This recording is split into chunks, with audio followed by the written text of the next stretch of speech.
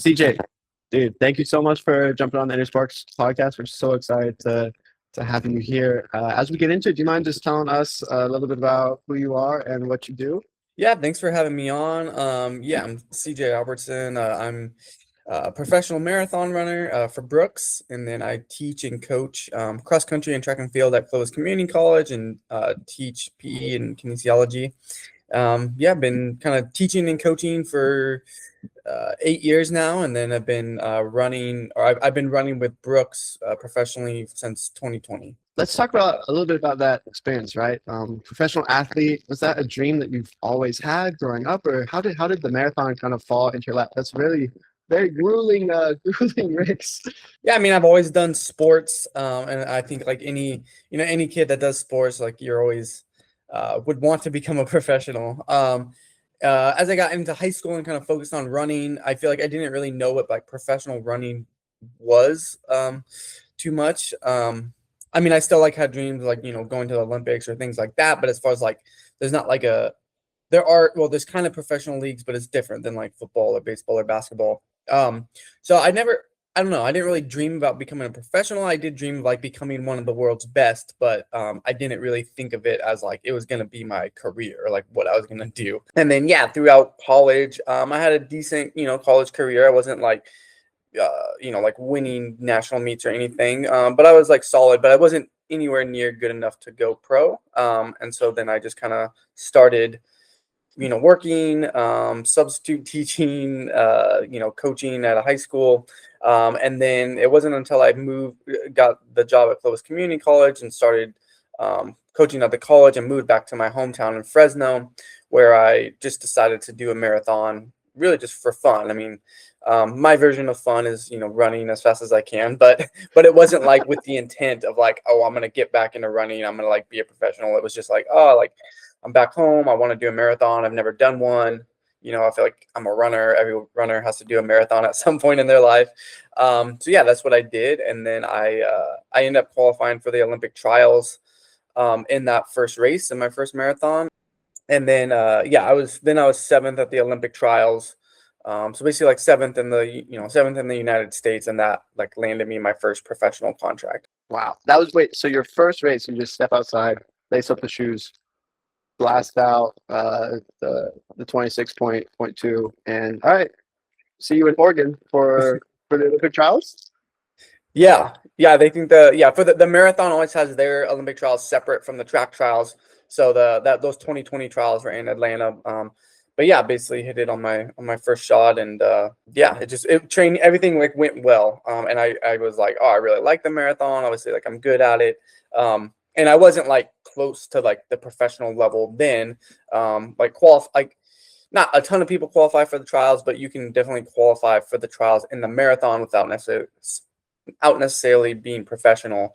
But then over the course of like the next year and a half, I improved that initial time by like 6 minutes or so, and then and placing seventh was what allowed me to get that contract. So what was your initial time?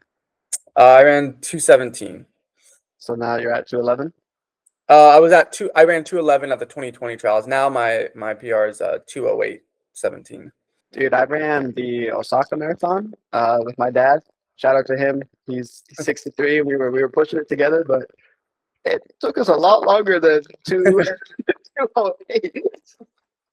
That's incredible. And so, right, I'm so excited to just chat and talk about then the performance side of things. So you mentioned teaching and coaching and then maintaining your own high level performance. And you competed in Tokyo, correct? Yeah, it's World Championships. Yeah. So obviously, again, really high level performance. How do you maintain and manage then that high level of performance across the board throughout your personal life and career? Yeah, I mean, I think it's difficult and it's kind of hard to do all at once. It's kind of like with any training, you'll focus on a certain area to like improve on, and then on the other areas you still have to like put work into that to maintain, but like you can't necessarily like improve all areas of training at one time. Like things I need to get done or do well in like my professional life, like coaching and teaching, it's like I always have to like get my baseline job done, right? Like I can't just like be like, well, I'm focusing on running, I'm just not going to do anything at work. It's like that obviously doesn't work. So I have to do enough to maintain, get the baseline done. But then there's certain times when like I'm like really focusing on whether it's like refining like my coaching, helping in like developing curriculum like for classes.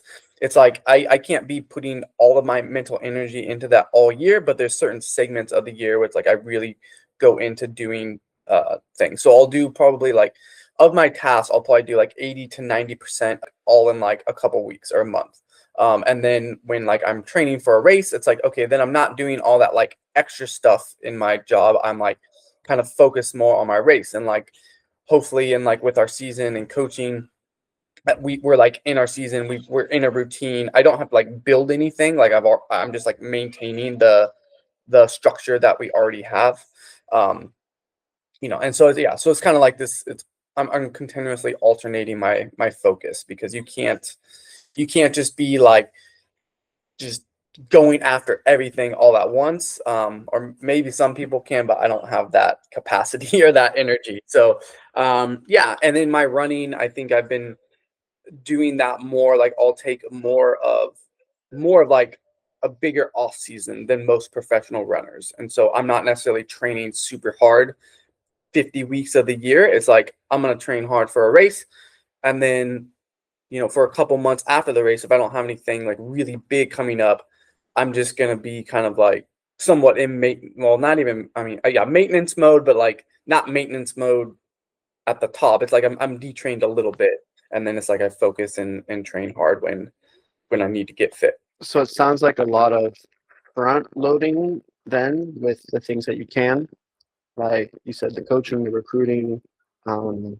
the teaching, things like that. So getting all that set and prepped, so that way you can step into the training and hit it with a higher intensity. So then when you're done with the training, kind of step back and then kind of, yeah, like what you said, periodization, and like that flip flopping of, all right, professional runner, teacher, professional runner, teacher. Is that correct in my understanding? Yeah, and I mean it's not always necessarily front loading, because like the races I do sometimes are at different times, so I don't have the exact same schedule every year. So it's like sometimes I have to be flexible and figure out how it's going to work, and sometimes I don't always get that like balance correct or right. But but yeah, that's the general idea of like when I feel like I have like time or energy to focus into one thing, then I can focus on that while also like being like, okay, what do I need to do to just like maintain these other areas? So because like obviously like I can't have one area fall apart or even be at a low quality. Like they always have to be at like this good quality. But with like everything, it's so much easier to maintain once you've already established something good. Is this mindset and philosophy something that you teach your athletes? Yeah. I mean, maybe the periodization part, maybe we haven't talked about like too much, but definitely just balancing things. And a lot of them, like they have jobs, and obviously they're going to class, and then they're running, and then they have like their home life and different things they're working through with relationships, families, friends, all that too. And so yeah, just talking about like balancing, and especially on like the running side, it's like not every day, not every week has to be like this amazing training session or amazing training week. It's like a lot of times we just need to be kind of average. Like you just need to do it. um and sometimes it is fine to just go through the motions, like just get the baseline activities done. A lot of your workouts are going to just kind of feel average, they're going to be normal. And so we're yeah trying to like prevent those really bad days, or like even if you miss a day of running or you miss a day of training. It's like that one day really doesn't matter too much. But that it's so easy for that one day to turn into a week, and then it's like, well, I mean, you may have something going on, and like you may have to adjust training or like not do a workout, and that's fine. But like when it turns into like a week or two, like it just, so we're just trying to like minimize losses, and kind of be okay with like not everything going perfectly. But yeah, it's just it's kind of hard, because I feel like it's like maybe there's like some person that's like always got straight A's, right? And then they get that first B, and then it's all of a sudden now they're just getting B's and C's all the time. So it's like they just kind of and it's like, well, it's fine to get one B usually. Or I mean, I'm done just or a C or whatever. But then it's like sometimes we just drop all of our standard, and it's like that's something that I struggle with. That also, I try to communicate as well, is like, yeah, just a balance. No, definitely that balance is so important. And again, it's that whole idea of if I eat cake one day, then it's like, all right, I had a piece of cake. I'm still on track for my goals.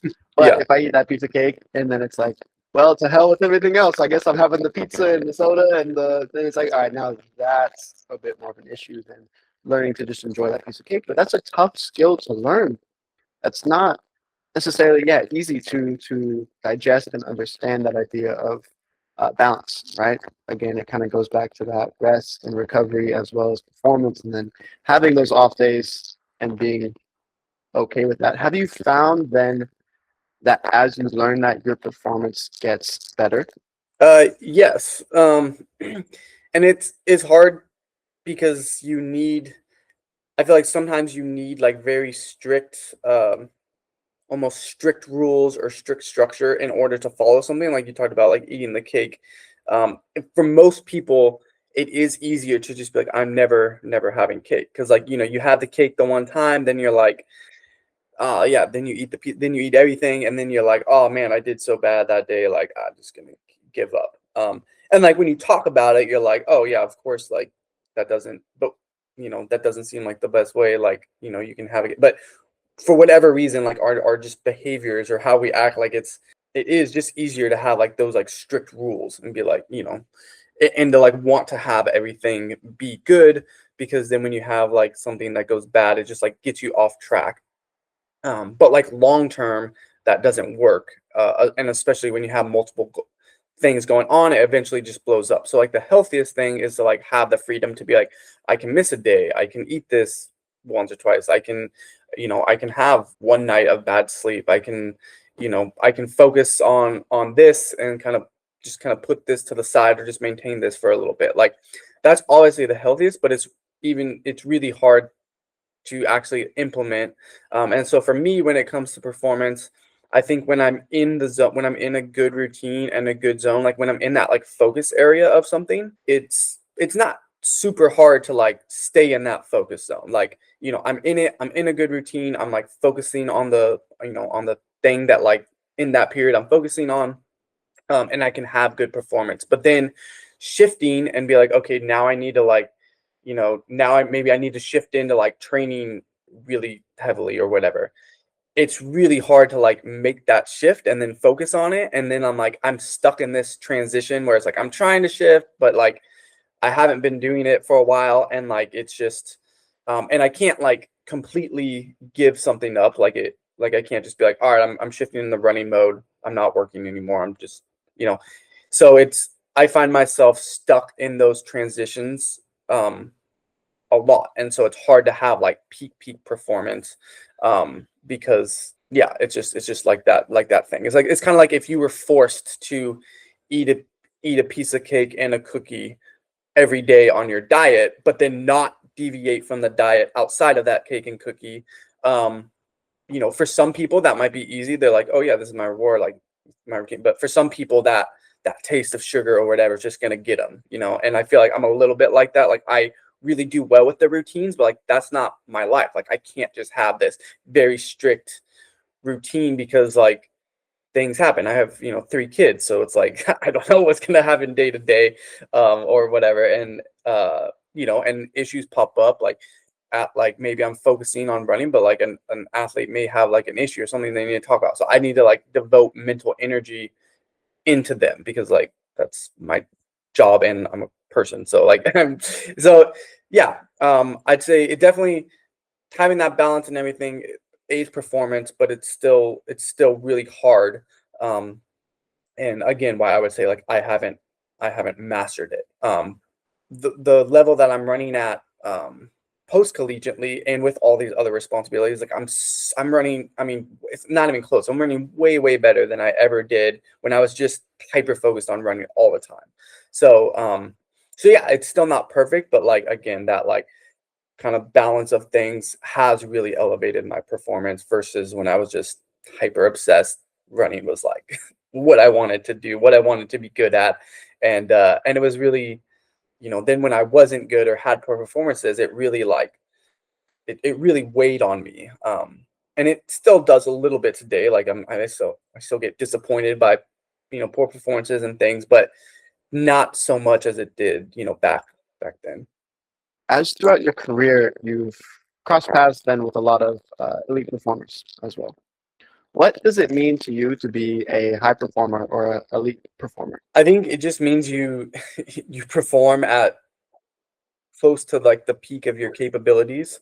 Yeah, well, I mean, I get, yeah. So I guess like performer is performing at like your peak capacity, but then also like getting like increasing that peak capacity is also what a lot of performers are good at. Because like obviously, you can be a really great performer, like you can be a really great racer, like performer in racing, but if your peak fitness is a 3 hour marathon, like you can run a 3 hour marathon, and like that's great if you're in the fitness to like where the max you can run is 3 hours, and then you run 3 hours, like that's really good. But also you're not going to be a professional marathoner if you're running 3 hours. Like this is the reality. So there's the both. I think really great performers are good at doing the long term stuff that gets them in a position to where they can be great, and then they can also when they've built up whatever qualities they need, they're also able to like execute those things in the time when it's time to perform. Yeah, how do people do that? I think a lot of people do it honestly in different ways. Like when it comes to running, like some people are like very rigid and structured, and it's like, I mean, they're like type A, like there's a lot of type A runners, but like if you want to see the extreme versions of type A, like runners will like some runners and really good ones will exemplify that a lot. Um, and it kind of makes sense. A sport that like takes consistency for like 10 years of just like consistent aerobic training, and taking care of your body, making sure you're not, injured and all those things. Like it takes a lot of diligence to do that. But then there's also runners that are just like, they just kind of, I don't know, they just kind of like, I mean, they'll do whatever their coach tells them, whatever, but they're just kind of, they're like really laid back and whatever. So there's more, I think there's not like one model that fits.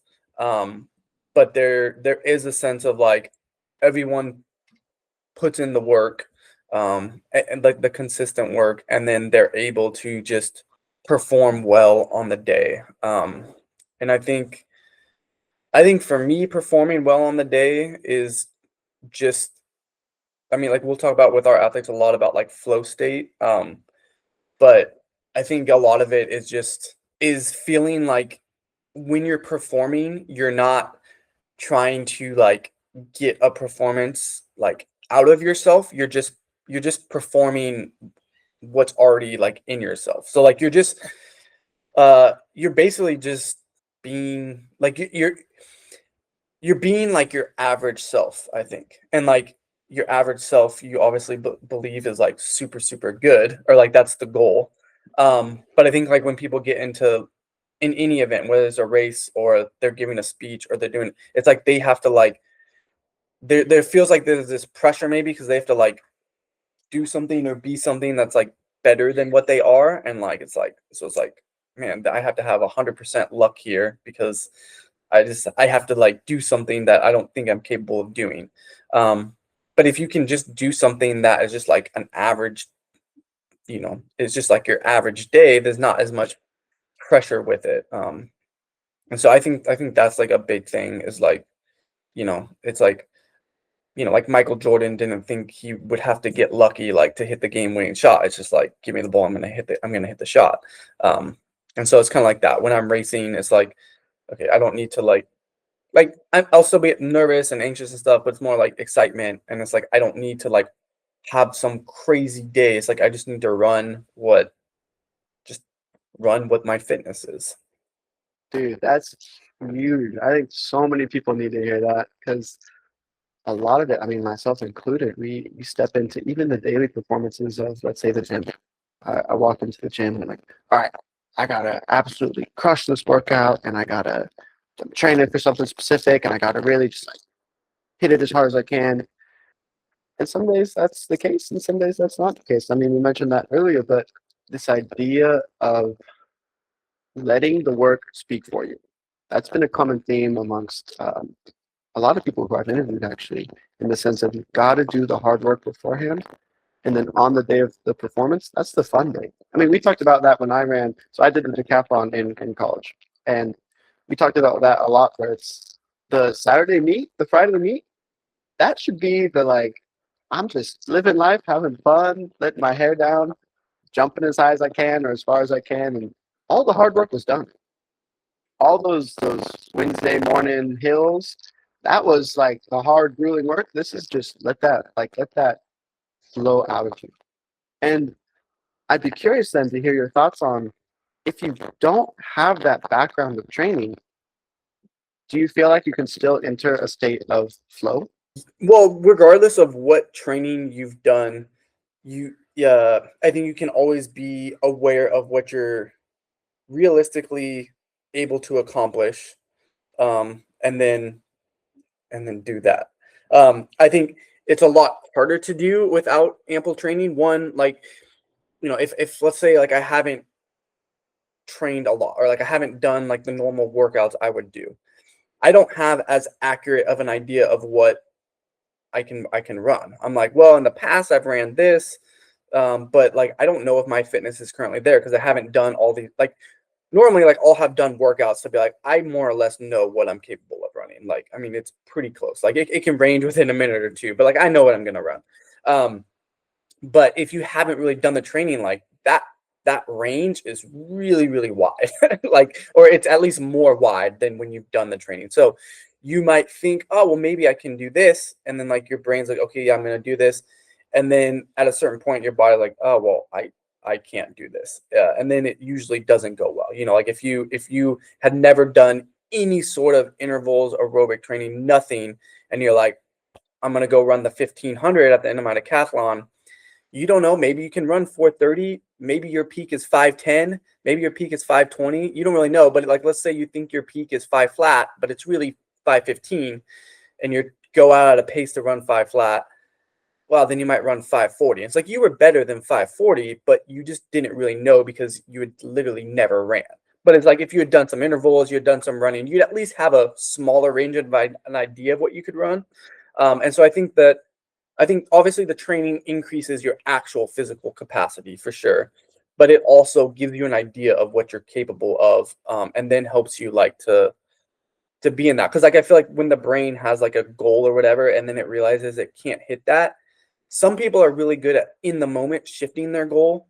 Most people aren't. It's just like, oh, I'm off my goal. It's just we just suck now. Like and so yeah. I don't know. Does that answer your question a little bit?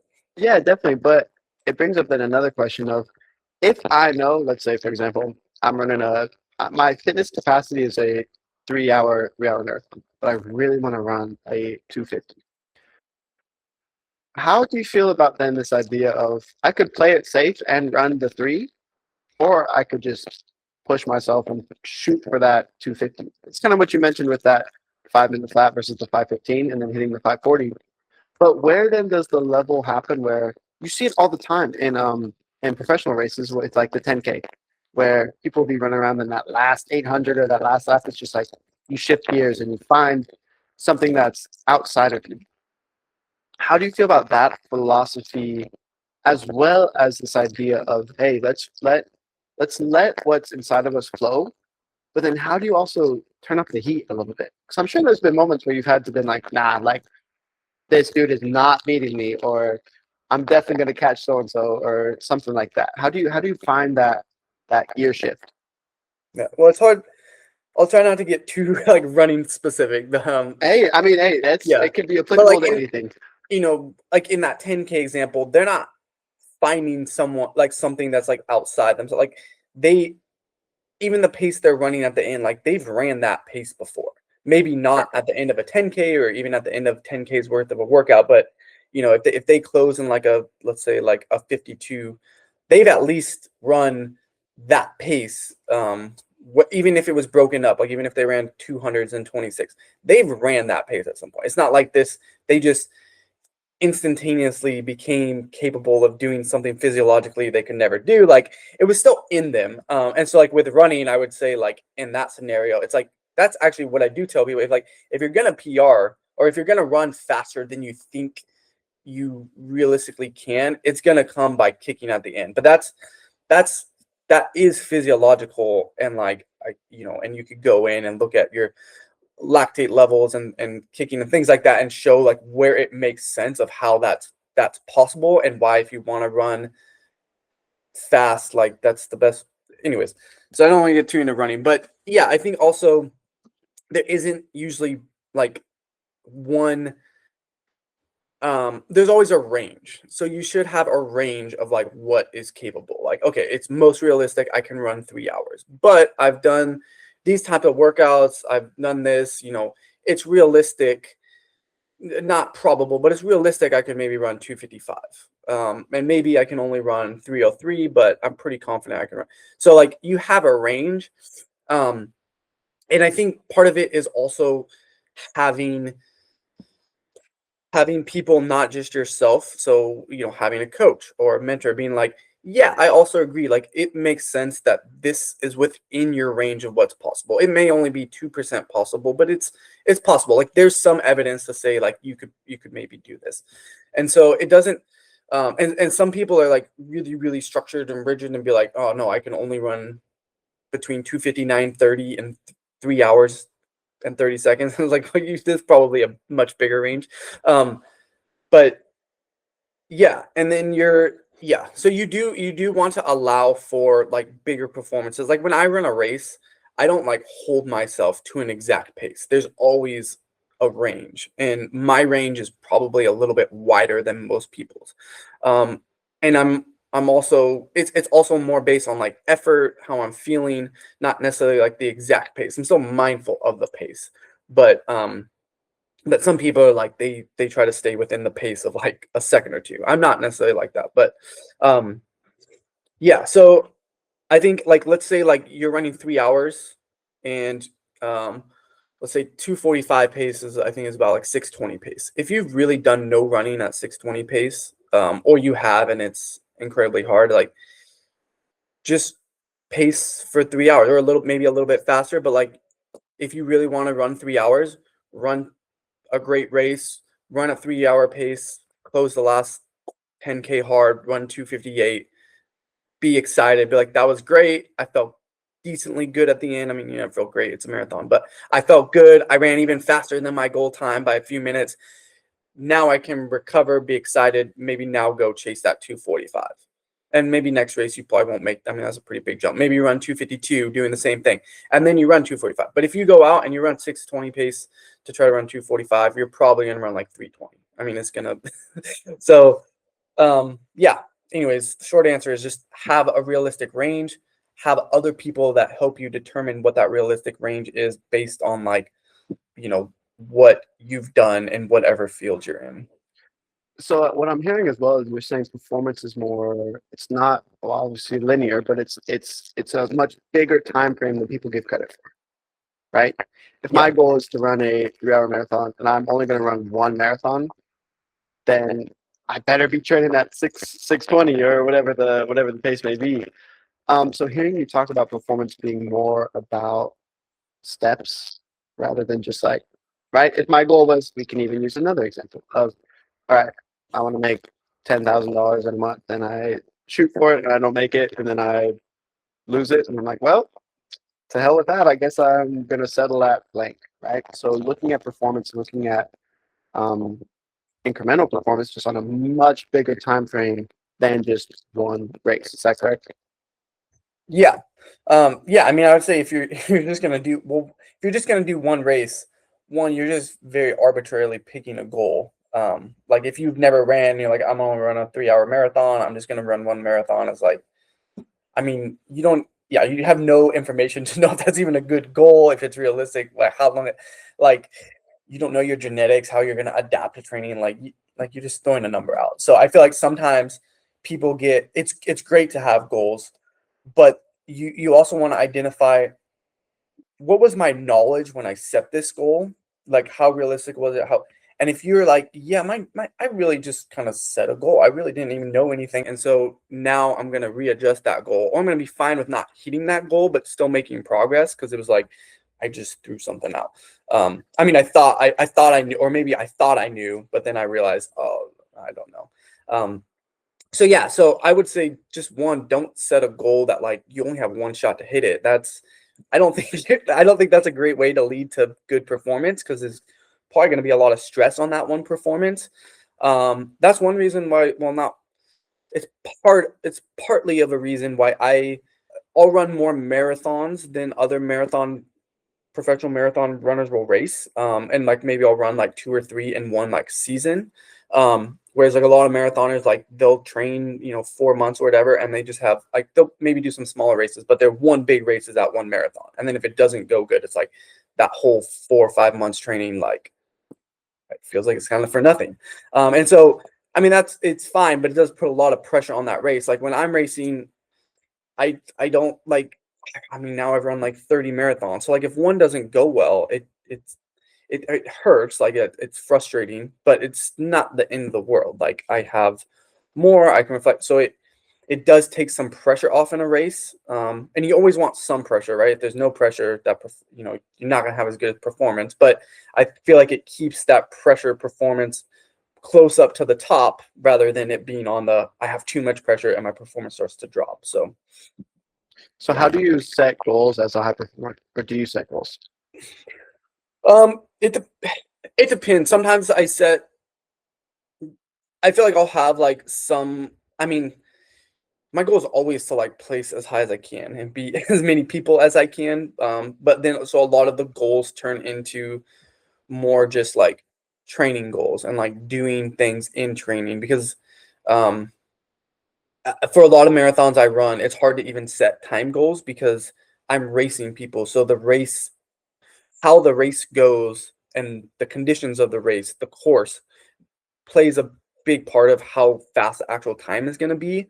And even like place, it kind of depends on like, well, which guys are going to show up, who got hurt, like what other people's training was like. Like I can't control all those things. So um, the more I've gotten into professional running, like it's like you have loose goals of like time and place, but they've kind of fallen back from that. And it's like, what am I trying to like accomplish in training and get better at in training to give me the best chance to perform my best. And then if I'm performing my best at my most, fit self, then like I'm gonna run the time I run and place the time I place. Like, yeah. No, definitely. And I love that because even in my work with my executives, I've been working on shifting from goal setting to desired outcomes and focusing on systems and habits versus, right? If my goal is to, let's say, bench press 300 pounds, what are the systems that are gonna take me there? What are the habits I need to do daily and focus more on? I mean, it's a lot different than a race, but similar in just goal setting in the sense like, oh, if I don't hit it, then well, again, we chatted about this where it's like, all right, well, to hell with it all, going back on the couch. Yeah. And so as we finish up today, I want to ask, just in the running community and in the world of performance, right? I'm a part of a run club here in DC. Shout out to Team After One. And what advice would you give them? There's a lot of marathon runners in that group and people who compete. A lot of different athletes, right? High rocks, triathletes, Ironman. What if you had to give 3 things about sustained high performance? What 3 tips or tricks? Again, I don't like using that word, but can't think of anything else. Or things you would do or things that you wouldn't do, right? If you had to stop, start, and keep something, what would those 3 things be? Okay. Well, one, I was just talking about this the other day. So I would say your rest, not necessarily rest, but your maintenance modes can grow as your performance grows. So like the more time and I feel like maybe people don't think of it, but the more time you've put into something, and the better you've gotten at something, I think also the more time you have to just kind of be in maintenance mode or rest mode with that thing. So like running, for example, especially long distance running, like you have to spend years developing a really good aerobic system, and there's no way around that other than time. Like you just have to do it. You have to build up to be able to do whatever endurance exercise you're doing for a long time, and do that for a long time. So like, build up to running for an hour and then run an hour consistently for like years and years and years. And obviously there's high intent, there's other stuff, but like simplest terms, that's what it is. And so you have to have tons of consistency when you're building up. But then once you get to like a certain level, and like I can't perfectly define what that level is, but I'd say it grows, or it kind of keeps going. You need to have more rest and maintenance time. And I think like a lot of people they'll improve a lot, like fairly quickly and like consistently, and they'll see all these gains. And then they get to, like in running, for example, maybe they're increasing mileage. They maybe after like 5 years of running, they're up to like 80 miles a week. And then they're doing that all year. And it's like running all year was necessary when you were only running 20 to 30 miles a week. Because if you're running like 20 miles a week and you take a month off, going out for a 2 to 3 mile run is going to be tough.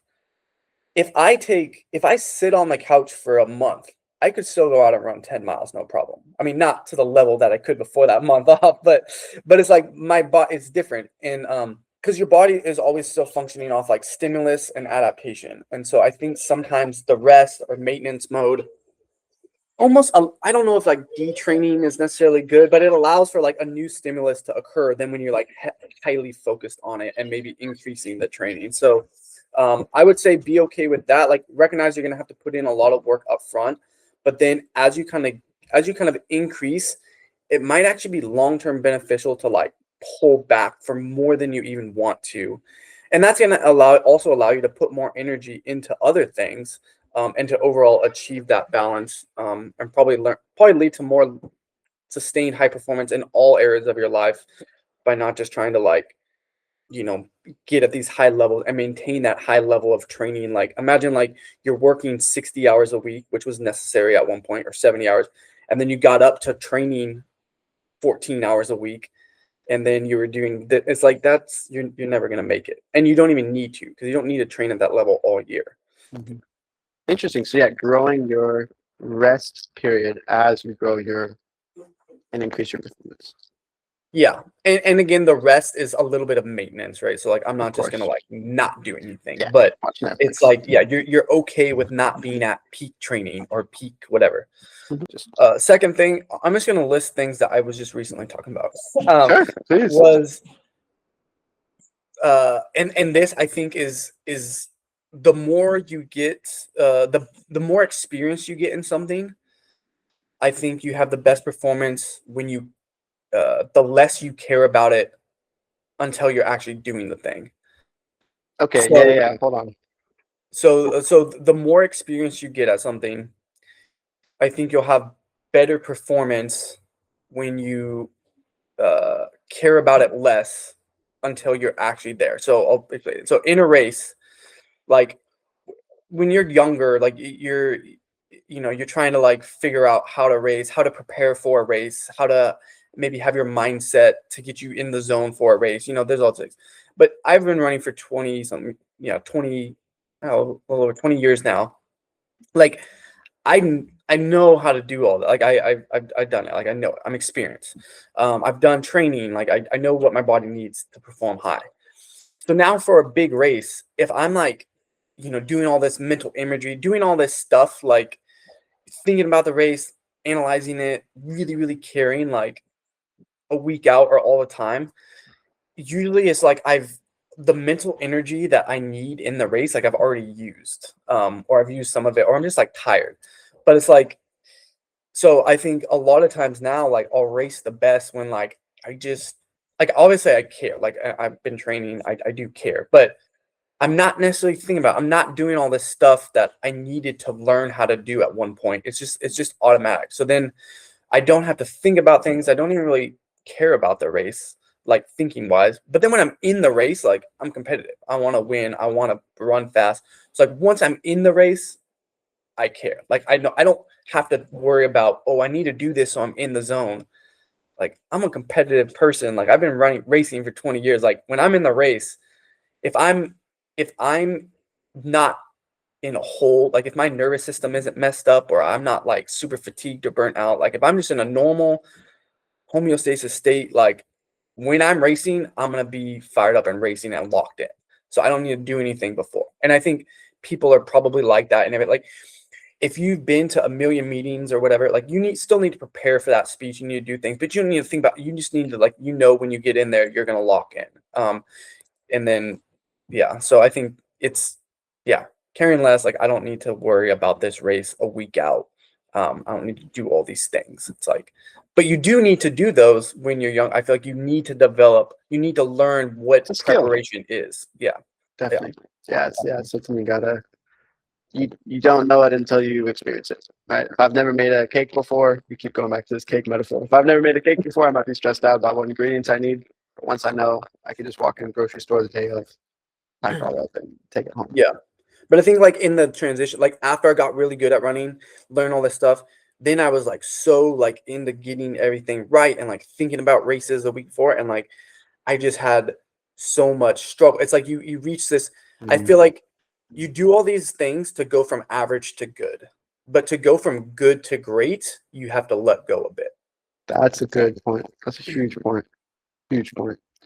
I think great performance is just also accepting the downs, like the ups and downs. So like it's never going to be this linear performance, and I think everyone knows that, but you can know that, but still it makes you like it can still make you feel terrible or wreck your self-esteem or just make you feel like you just don't enjoy it or whatever. Like you come up with all these reasons, but like everyone would advise someone else, yeah, there's going to be struggles, but you're going to make it through it. But when you're experiencing that yourself, or like it's like you can easily convince yourself it's just not worth it, but it is worth it. And so I'll remind my athletes when they're like, I don't know if I really like running anymore. It's like, well, don't focus on this 4 mile boring run that you don't want to do, especially when you're like kind of out of shape and it sucks and you're running by yourself and it's cold.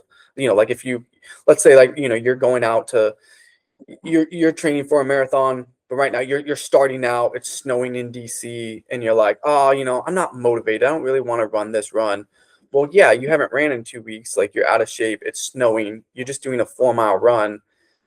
That's not even why you like running. You probably like the marathon because like you were out there with thousands of people and like this cool environment, like you had this high and you're like that was awesome. That's why you run with friends, you do all these things. Like there's all these reasons you love running. You probably didn't love running in that so like you just have to accept that like you don't need to feel this motivation or whatever. It's like there's going to be a lot of low feelings, but you just have to have that like reminder of like, why did I actually do this in the first place? Why did I actually pick this career? Why do I actually love it in the first place? It's like some people are crazy and they do love the monotony stuff. I don't love the monotony of the training of running. I love showing up to a marathon, having an awesome weekend, meeting talking with a bunch of other runners, then lining up on a line with a bunch of people, all the best runners in the world, and then like having a million people out there yelling at us and like competing. Like that's what I love. So yeah, that's what I have to remember when it's like, oh, do I really want to do this anymore? Do I really want to run this another 10-mile run? It's not about the 10-mile run. That's not why I'm doing it. Yeah, you need to But keep I your have to focus, do that stay run. alive. I can't just not do that run. I have to do it. But yeah. Yeah, and that goes back to what we talked about earlier, where you let the work speak for you on race day, but you gotta do the work. Yeah. And then you gotta remember, why? What's the purpose? What's the reasoning behind this in the first place? But dang, CJ, thank you so much for jumping on and chatting. I mean, I know I learned a ton. I know tomorrow when I do my 2 mile or my 5K, I'm gonna be thinking about this conversation and being like one foot in front of the other. But Yeah, thank you. Do you have any kind of last words to say? Any ways we can support you throughout your journey through your next marathon or anything like that? Um, no, I don't think so. I think we covered a lot. 100%, Yeah. 100%. So yeah, thank you so much for hopping on. I really, really appreciate your wisdom, and just your insights into performance and into elite performance. Yeah, it's great talking with you. Great for having me on. Of course.